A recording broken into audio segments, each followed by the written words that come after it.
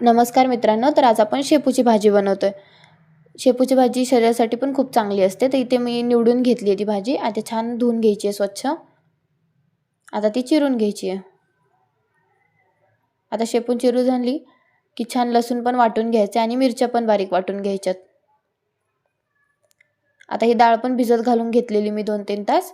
आता इथे कढईत तेल, जिरं, मोहरी घालायचे. आता ते वाटलेलं लसूण घालायचं आहे. लसूण छान फ्राय झाला की मग त्यात ती चिरलेली शेपू घालायची. आता त्यात ती भिजत घातलेली डाळ घालूया. चवीनुसार मीठ घाला.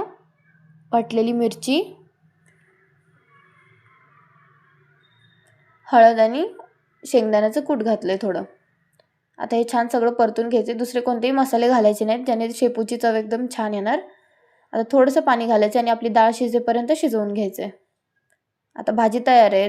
रेसिपी नक्की ट्राय करून बघा आणि आम्हाला नक्की सांगा तुम्हाला कशी वाटली. अशाच रेसिपींसाठी सबस्क्राईब करायला विसरू नका.